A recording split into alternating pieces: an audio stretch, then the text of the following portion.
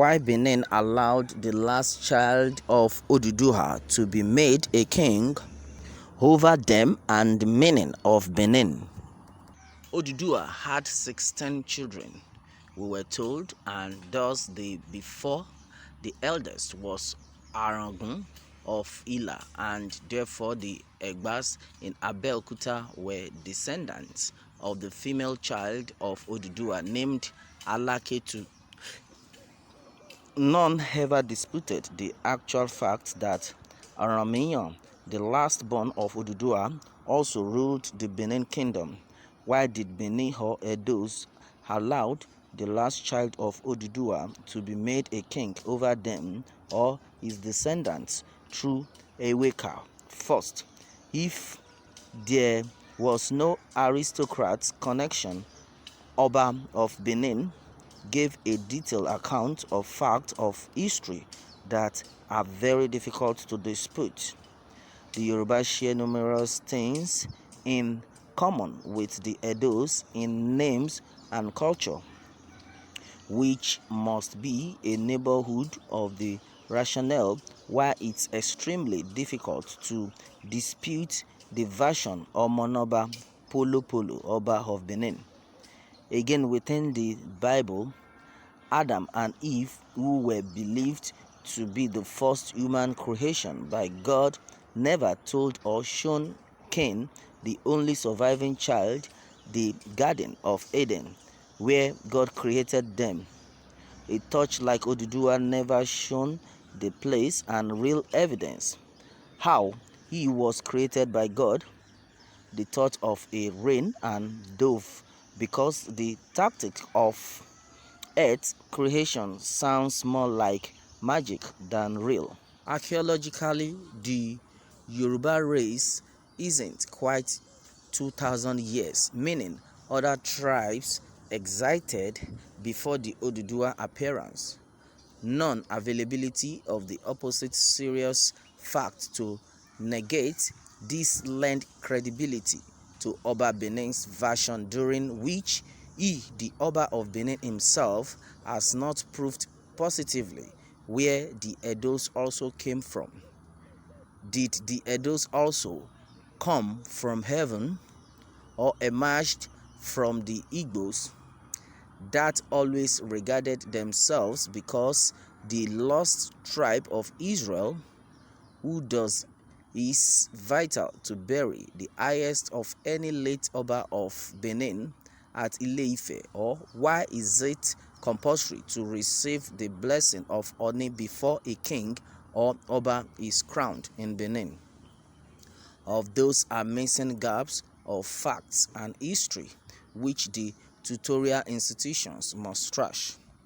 Aside from the above, both versions of history from Oba of Benin and Yoruba agreed that Oromia, the last son of Oduduwa, returned to Ife from Benin after he installed his son Eweka the first as Oba of Benin after he became frustrated with the strange land. He met his father Oduduwa, who was very advanced in age and blind more also.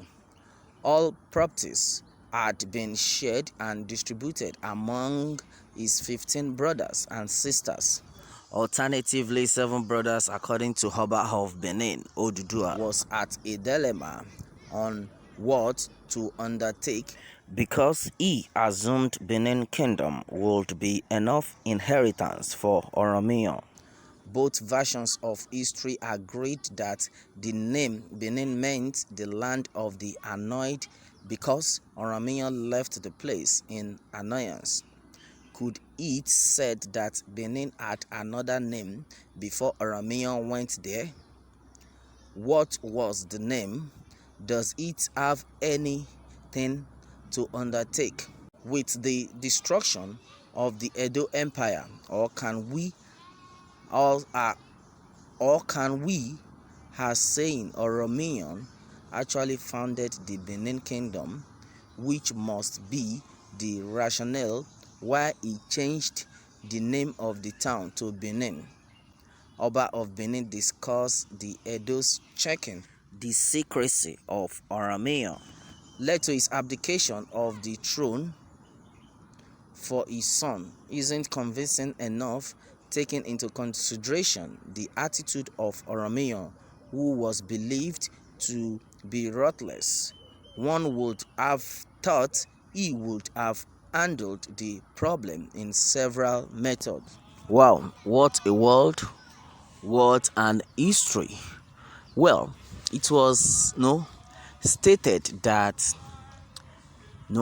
in the olden days, according to the old-time Oba of Benin, the way the whole thing happened, that the Oba of Benin clearly stated that the Oduduwa was a prince in the ancient of Benin Kingdom.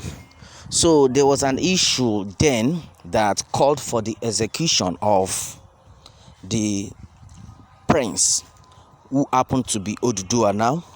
So the executioners found pity on him. That was according to history. They found pity on him and they refused to execute him. Instead, they asked him to leave in form of banishing him away from the kingdom, with the hope that he had been executed in the Benin Kingdom. So along the line, he started walking, roaming everywhere in the wilderness, from bush to bush in those days, of which later found an abode where he found himself in Ile-Ife. Getting to Ile-Ife, since he understands the usage of herbs and he used the advantage to heal people. In fact, he was healing people freely with the usage of the herbs in Ile-Ife, where a lot of Egbas were like, wow, who is this person? Because he was so popular that a lot of people would come to him and he would heal them. So this happened that it became popular in Ile-Ife. So because of that, the Egbas, the lot of known people over there, they were like, who is this man that is performing miracle in this our zone?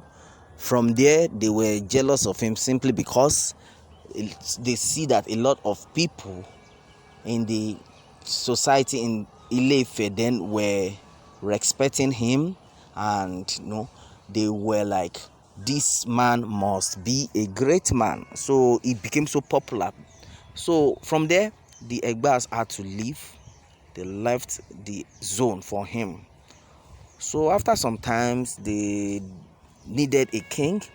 So in Ile-Ife, so they were like, since this man is awesome, he's been performing all sorts of good things in the society, let's make him our king.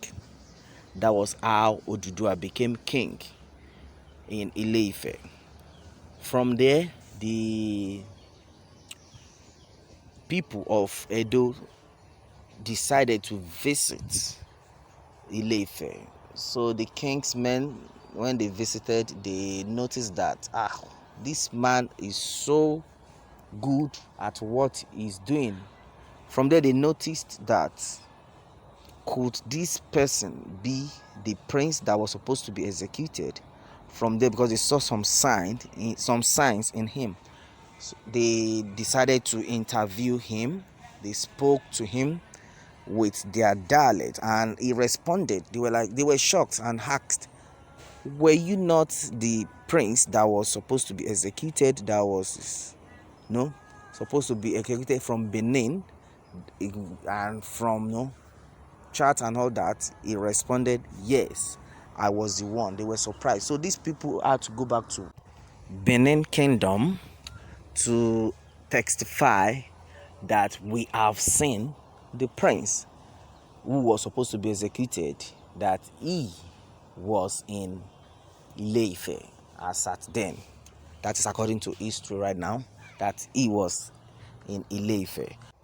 Coincidentally, it was time for the Benin kingdom to choose a king.